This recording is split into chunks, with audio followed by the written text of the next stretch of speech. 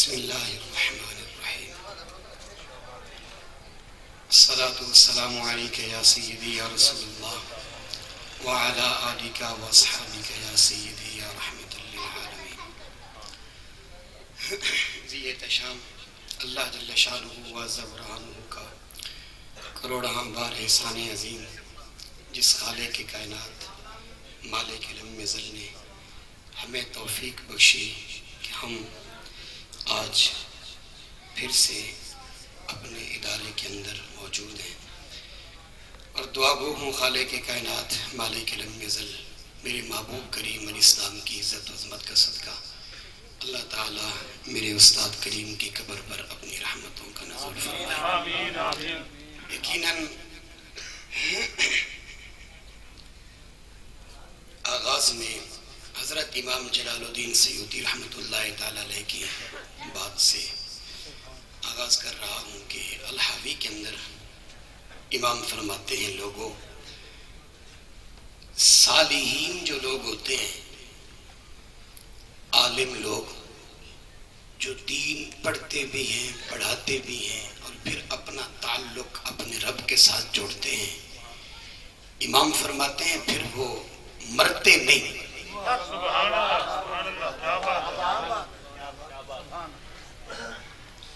یہ سبق سنا رہا ہوں کیونکہ یہ سارے سبق میں اسی سے پڑھ کے گیا ہوں اسی ادارے سے، تو یہ چند باتیں، لیکن میری عادت ہے کوئی عالم کوئی مفتی کوئی فاضل ناراض نہ ہو جائے، عادت ہے میری کہ میں جب تک کتاب کا نام نہ لوں مجھے مزہ نہیں آتا۔ ٹھیک ہے، ہاں یہ لازم نہیں ہے کہ کوئی یہ علم جھاڑنے والی بات ہے، نہیں، ہرگز نہیں، ہرگز نہیں۔ اگر کوئی غلطی ہو تو اصلاح کر دینا، اور میں قائل ہوں اس چیز کا، اگر کوئی ممبر پہ بھی مجھے ٹوک کے میری اصلاح کرے میں اس پہ پھر بھی راضی ہوں، میں اس کا شکر گزار ہوں کہ اس بندے نے میری اصلاح کر دی۔ لیکن امام سیوطی نے کمال بات کی ہے، فرماتے ہیں لوگوں صالحین جو ہوتے ہیں نا یہ مرتے نہیں، بلکہ جب یہ قبر میں چلے جاتے ہیں نا اللہ پھر ان کی ڈیوٹی لگا دیتا ہے۔ فرمایا اب قبر میں آ گئے ہو لیکن دنیا میں جھنجھالوں میں پھنسے ہوئے تھے، اب آزادی مل گئی ہے، جہاں چاہو جس طرف چاہو جہاں دل کرتا ہے اپنی اپنی نظر ڈالو، جس کو چاہو رکھ دو۔ نہیں بولو یار۔ اب امام سیوطی علیہ رحمہ کی یہ بات، اور اس کے علاوہ تفسیر مزاری کے اندر قاضی ثناء اللہ پانی پتی رحمت اللہ تعالیٰ علیہ نے بھی کمال بات کی ہے۔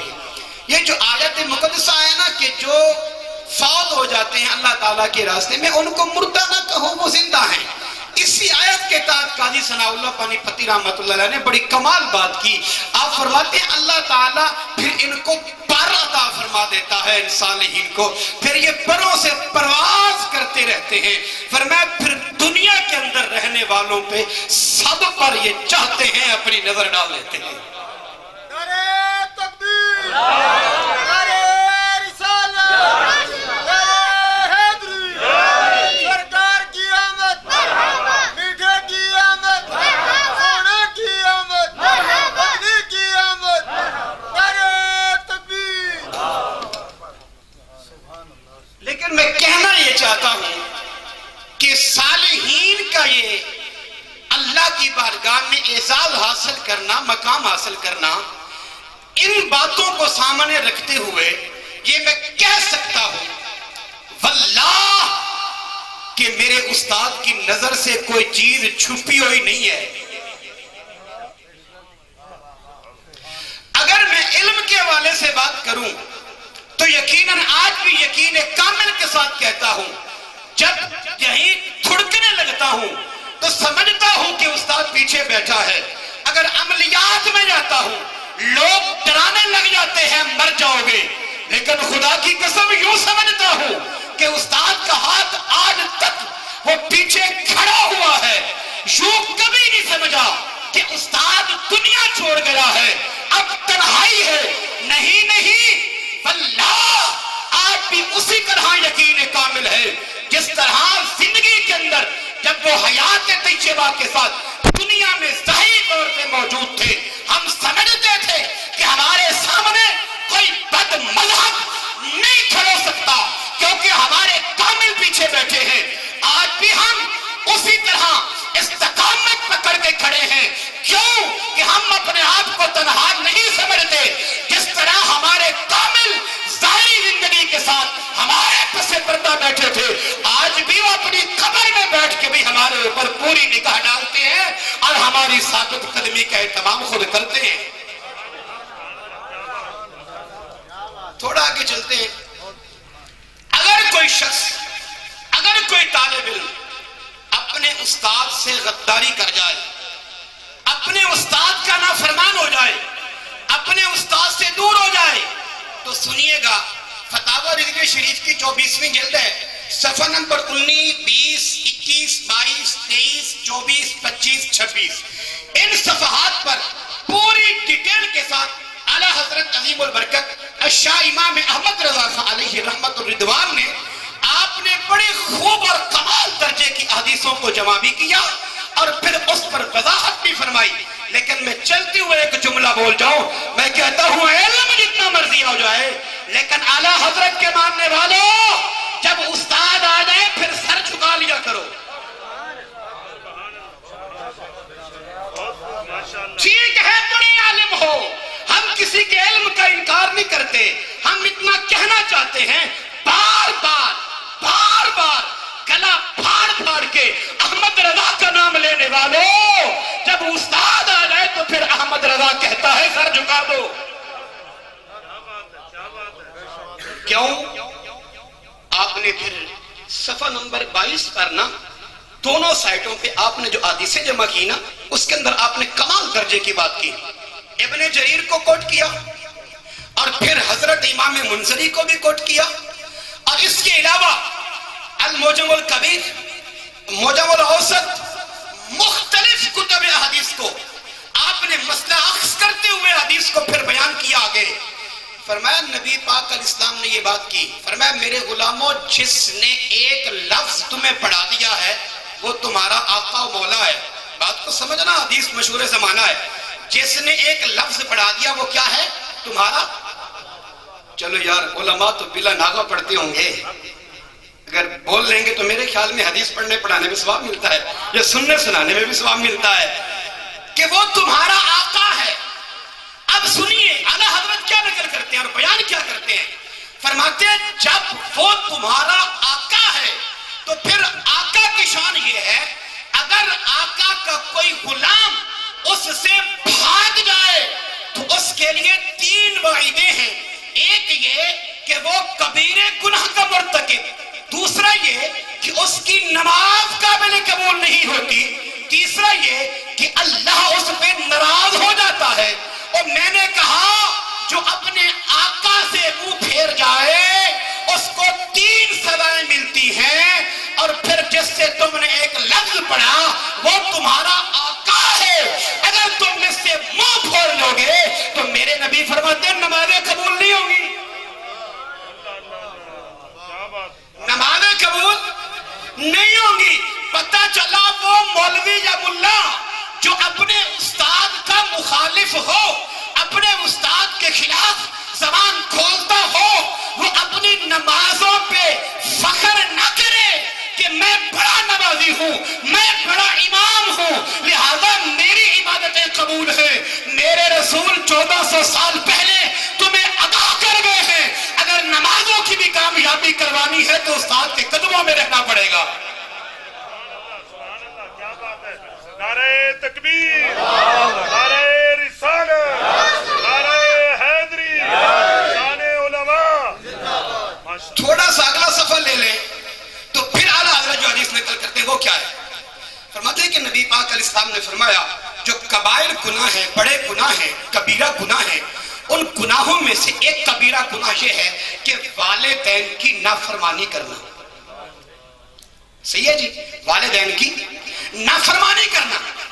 پھر فرماتے ہیں کہ نبی پاک صاحب الاولاق نے فرمایا، المعجم الکبیر طبرانی کی حدیث نقل کرتے ہیں کہ نبی پاک نے فرمایا میں تمہارے لیے مثال باپ ہوں. کیوں؟ کہ میں تمہیں علم سکھاتا ہوں. فرمایا کہ آقا کریم علیہ السلام کی اس حدیث سے ثابت ہوتا ہے جو علم سکھائے وہ باپ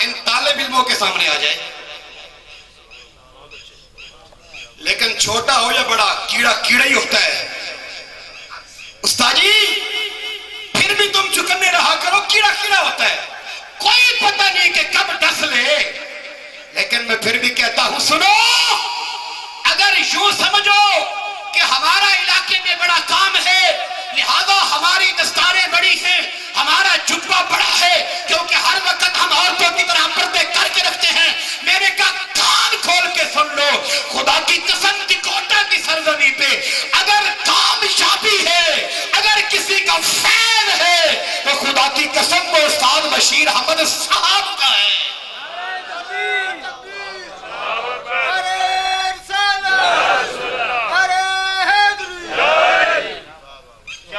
کوئی کیا سمجھے کہ ہمارے استاد کی محنت کیا ہے، لیکن میں جملہ میں پڑھتا ہوں اعلیٰ حضرت کا، میں نے کہا کوئی کیا سمجھے، کسی کو کیا خبر کہ جو بندہ راتوں کو اسی کمرے کے اندر بیٹھ کے پڑھے بھی صحیح، صبح اٹھ کے پھر اڈا ہری مینر پہ جائے بھی صحیح، نہ سردیاں دیکھے نہ گرمیاں دیکھے، وہاں جا کے پھر پڑھائے، پھر واپس آئے، پھر 12 بجے تک یہاں پڑھائے اور پھر اٹھ کے اپنے گھر کے کام کے لیے جائے، پھر ظہر ٹائم فوراً واپس آ جائے، پھر عصر تک پھر پڑھائے، عصر کے بعد سے لے کے مغرب تک یہاں بیٹھ کے چار پائی پہ مدینہ کی طرف منہ کر کے 5000 مرتبہ بلا ناغہ حضور کی بارگاہ میں سلام پڑھے، پھر مغرب کے بعد کہے بچوں ذرا میرے پاس بیٹھ جاؤ، میں تمہیں اپنے شیخ کی بات سناتا ہوں، میں تمہیں اپنے استاد کی بات سناتا ہوں، میں تمہیں اپنے بزرگوں کا ادب سناتا ہوں۔ میں نے کہا پھر عشاء ہو جائے، پھر عشاء کے بعد طلباء کو بٹھائے، پھر کہے بیٹو ذرا بیٹھ کے حضور پر سلام تو پڑھ دو۔ جو بلا ناغہ مصطفیٰ کی بارگاہ میں 5000 مرتبہ سلام پڑھے تو اس بندے کو عام سمجھتا ہے؟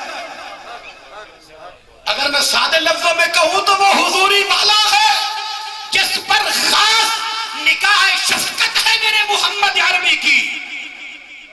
میں نے کہا لوگ تو کہتے رہے مار دیں گے، اڑا دیں گے، یہ کر دیں گے، وہ کر دیں گے، میں نے کہا ہوا کچھ بھی نہیں ہے، خدا کی قسم مرکز تو آج بھی قائم و دائم ہے۔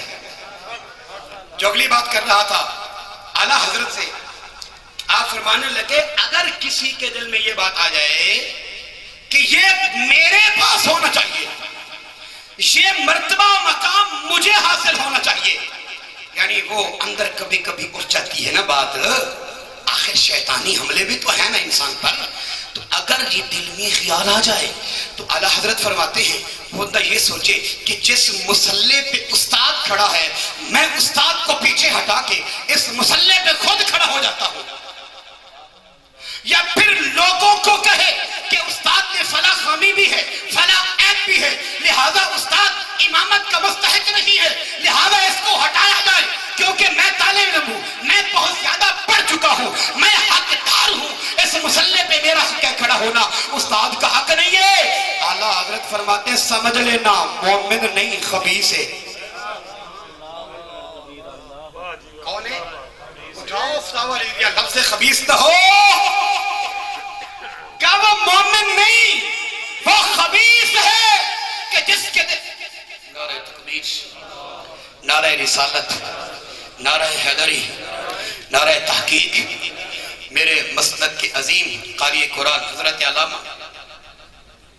قبلہ قاری خورشید رسن نعیمی صاحب، اللہ تعالیٰ آپ کی عمر دراز فرمائے۔ بس میں اپنی بات اختتام کی طرف لے جاتا ہوں۔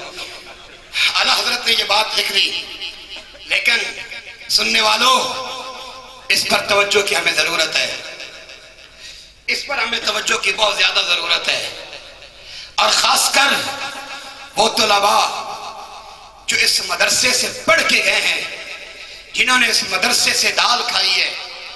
اگر میں اتنا بھی کہہ دوں تو کوئی پریشانی والی بات نہیں، مغرب کے بعد جب بچے کھانا لے کے آتے تھے یہی وہ جگہ ہے جہاں لنگر تقسیم ہوتا تھا، استاد صاحب خود اپنے ہاتھ سے چمچے کے ساتھ سالن ڈال ڈال کے دیا کرتے تھے، اور مجھے یہ بھی یاد ہے کہ کچھ وہ وقت بھی گزرا ہے جب یہ معاملہ حافظ محمد شوکت صاحب کے سپرد تھا۔ جی تو بڑے بڑے یاد وہ لوگ، وہ بچے جن کا تعلق اس کے ساتھ تھا، اور ہم نے یہاں پڑھا، یہاں سے سیکھا۔ اگر آج دکوٹا کے ارد گرد کیا دور دراز تک مساجد کے اندر اگر ایک امام پڑھا رہا ہے تو خدا کی قسم یوں سمجھیے کہ وہ فیض میرے استاد بشیر کا ہے، وہ میرے کریم کا ہے۔ بس بات ختم ہو گئی۔ قرآن کے تیسرے پارے کے اندر نہ جی ایک آیت کا مفہوم یہ ہے کہ جو اہل صفا تھے، جو نبی پاک علیہ السلام کے پاس علم پڑھتے تھے، یاد رکھیے اگر کوئی مدرسے کے خلاف بولے اسے بتائیے گا کہ مدرسوں کا جو شجرہ ہے یہ مصطفیٰ کے حساب سے ملتا ہے، یہ ہم نے خود نہیں بنائے، یہ مدرسے کی بنیاد میرے رسول نے رکھی ہوئی ہے۔ کسی اور کی تعلیم ہوگی جس کی بنیاد کسی اور نے رکھی ہوگی، ہم اس پہ کچھ نہیں کہنا چاہتے، لیکن اتنا کہنا چاہتا ہوں مدرسوں کی بنیاد میرے رسول نے رکھی ہے۔ اگر تم مدرسے کے خلاف بولتا ہے پھر لگتا ہے کہ تمہیں تکلیف میرے رسول سے ہے، پھر یہ تمہیں تکلیف مصطفیٰ کے اصحاب سے ہے۔ مصطفیٰ کریم علیہ السلام کے پیارے اصحاب، نبی پاک علیہ السلام نے اعلان کر دیا، تفسیر جلالین میں بھی ہے، در منصور میں بھی ہے، تفسیر مظہری میں بھی ہے، تفسیر قرطبی میں بھی ہے، اور اس کے علاوہ تفسیر ابن کثیر کے اندر بھی ہے۔ یہ چند تفسیریں میری نظروں سے گزری ہیں جن کا میں حوالہ دے رہا ہوں، ان کے اندر واضح طور پہ موجود ہے یا ایھا الذین آمنوا انفقوا، اس آیت کے تحت تیسرے پارے میں کہ فرمایا نبی پاک علیہ السلام نے فرمایا غلاموں ایسے کرو بھی انصار جو غلام ہیں، جو انصار یہ ایسے کیا کریں بھی ان کے پاس نا بڑے بڑے باغات ہیں، تو لہٰذا جو میرے غلام دور دراز سے پڑھنے میرے پاس آتے ہیں اور یہاں آ کے وہ رہتے ہیں، مجھ سے پھر وہ دین سیکھتے ہیں، میں اپنے خدا سے لیتا ہوں، ان کو دے دیتا ہوں، یہ سیکھنے کے لیے آئے ہیں، لہٰذا ان کے کھانے پینے کا اہتمام تم کیا کرو، کیا کرو، ان کے کھانے پینے کا اہتمام تم کیا کرو۔ بات ہو گئی فائنل۔ اب ہوتا کیا ہے، ایک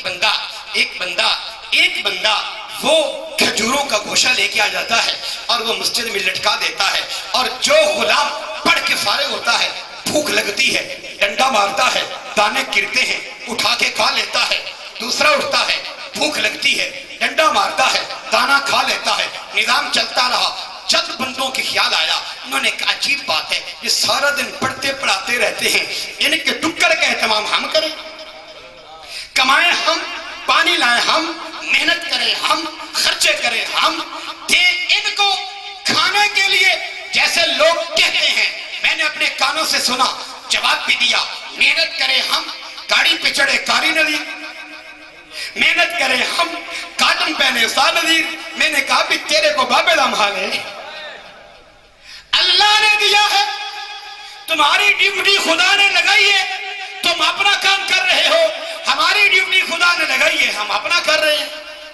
یہ تو اس خدا کی مرضی ہے، جس کو چن لے، جس سے جو کام لے لے وہ چاہتا ہے وہ کر دیتا ہے، وہ کریم ہے۔ تو چند بندوں کے خیال شروع ہو گیا، انہوں نے کہا کہ یہ عجیب بات ہے، بھی ادھر کماتے ہیں جا کے دے دیتے ہیں، وہ کھا لیتے ہیں، ایسے کرتے ہیں، مال صحیح نہیں دیں گے، تھوڑی گڑبڑ کر دیتے ہیں، کھجوروں والے جو گوشے خراب ہوں گے نا وہ دے دیا کریں گے، آخرکار 2-4 دن کھائیں گے، تنگ آ جائیں گے، پھر ہمیں روک دیں گے، جب روک دیں گے تو جان چھوٹ جائے گی، لہذا ہم اپنا مال بیچا کریں گے، موج لگ جائے گی۔ یہ کیا بات ہوئی، وہ پہلے کے لیے آ گئے، دینا ہمیں پڑتا ہے۔ میں نے کہا صدقے جاؤں مصطفیٰ کریم کے صحابہ، تمہاری کتنی شان ہے، حضور کے اہل بیت تمہاری کتنی شان ہے، تمہاری وجہ سے اللہ نے قیامت تک آنے والوں کے جن کے چہرے چٹے ہونے تھے، صاف ہونے تھے، خوبصورت ہونے تھے، چمکدار ہونے تھے، اللہ نے ان کو بھی واضح کر دیا ہے، جنہوں نے بک بک کرنی تھی اللہ نے ان کو بھی واضح کر دیا ہے۔ فرمایا پڑھنے پڑھانے والوں گھبرانا نہیں ہے، یہ باتیں بوتیں چھوٹی موٹی ہوتی رہتی ہیں، ان کو درگزر کر دیا کرو، اپنا کام کرتے رہا کرو۔ اس سے ایک اگلی بات کر کے میں یعنی گفتگو بس آخری ہے، لیکن میں طالب علم میں مجھے پتا ہے ابھی چھٹی میری نہیں ہوتی، قاری صاحب کریں گے تلاوت۔ اگلی بات میں نے کہا بات یہ ہے کہ ایک شخص وہ بھی آیا، استاد صاحب کے پاس پڑھ رہے تھے، تو آ کر کہنے لگا مولوی صاحب استاد جی مقتدی نا مجھے بڑا تنگ کرتے ہیں، میرا دل کرتا ہے کہ بس میں چھٹی کر کے نا کوئی اپنا کام کروں، میں امامت چھوڑتا ہوں، میرا نہیں دل کر رہا۔ تو استاد صاحب نے کیا جملہ دیا؟ آپ نے فرمایا اچھا بڑا تنگ کرتے ہیں؟ جی بڑا تنگ کرتے ہیں۔ فرمایا کیا کرتے ہیں؟ حضور وہ باتیں کرتے رہتے ہیں، باتیں بناتے رہتے ہیں، مخالفت کرتے ہیں، میرا نہیں دل کرتا میں ان کو نمازیں بھی پڑھاؤں، ان کی باتیں بھی سنوں۔ میرے استاد صاحب نے پتہ ہے کیا جملہ دیا؟ آپ نے فرمایا اچھا یہ بتا کہ بھی انہوں نے تمہیں پتھر بھی مارے ہیں؟ میرا جملہ نا میرے خیال میں اوپر سے چلا گیا ہے۔ استاد صاحب فرمانے لگے کبھی تمہیں انہوں نے پتھر بھی مارے ہیں؟ تو کہا حضور نہیں۔ فرمایا اگر انہوں نے پتھر نہیں مارے نا تو پھر جس محمد کے مصلی پہ تو کھڑا ہے اس محمد کو پتھر بھی مارے گئے تھے، لیکن مصلی نہیں چھوڑا، دین کا کام جاری رہا۔ میں نے کہا باتیں ہوتی رہے گی لیکن مصلی رسول نہ چھوڑنا ہے۔ اچھا انہوں نے کہا جی پھر ہم مال خراب دیں گے، ہماری چھٹی ہو جائے گی۔ جب یہ بات کی نا تو 2-4 دن خرابی کی تو پھر نبی پاک علیہ السلام کی بارگاہ میں صاحب نے عرض کر دیا یا رسول اللہ یہ مال خراب آ رہا ہے، ذرا آپ نکاح شفقت فرما دیں۔ میرے مصطفیٰ کریم علیہ السلام نے سب کو بلا لیا۔ حضور نے فرمایا کیا بات ہو گئی؟ تم میرے ان غلاموں کے لیے، میرے ان طلباء کے لیے جو میرے پاس پڑھ رہے ہیں، تم ان کے لیے مال کیوں خراب کر رہے ہو؟ خدا کی قسم بات کرنی تھی، اللہ نے قرآن نازل کر دیا وَلَا تَيَمَّمُوا الْخَبِيثَ مِنْهُ۔ فرمایا کہ کبھی ارادہ نہ کرنا کہ جو پاک صاف چیز ہو نا اس کے اندر کبھی کوئی گندی چیز نہ ملانا ہے۔ یعنی پتہ چلا اگر علماء کے ساتھ تعلق بن گیا ہے، اگر کبھی خدمت کا موقع آ جائے تو پھر اپنا حلال مال خرچ کر دینا ان پر، یہ نہ سمجھنا کہ کسی مولوی کا حکم ہے۔ خدا کی قسم یہ میرے رب کا بھی حکم ہے، میرے رب کے رسول کا بھی حکم ہے۔ اللہ تعالیٰ یہ میرے چند کلمات اپنی بارگاہ میں قبول فرمائے۔ اگر کوئی مجھ سے غلطی ہوئی تو اصلاح کا میں طلبگار رہوں گا۔ اللہ تعالیٰ میرے اوپر بھی رحمت فرمائے اور میرے استاد صاحب کی قبر پر اپنی رحمت فرمائے۔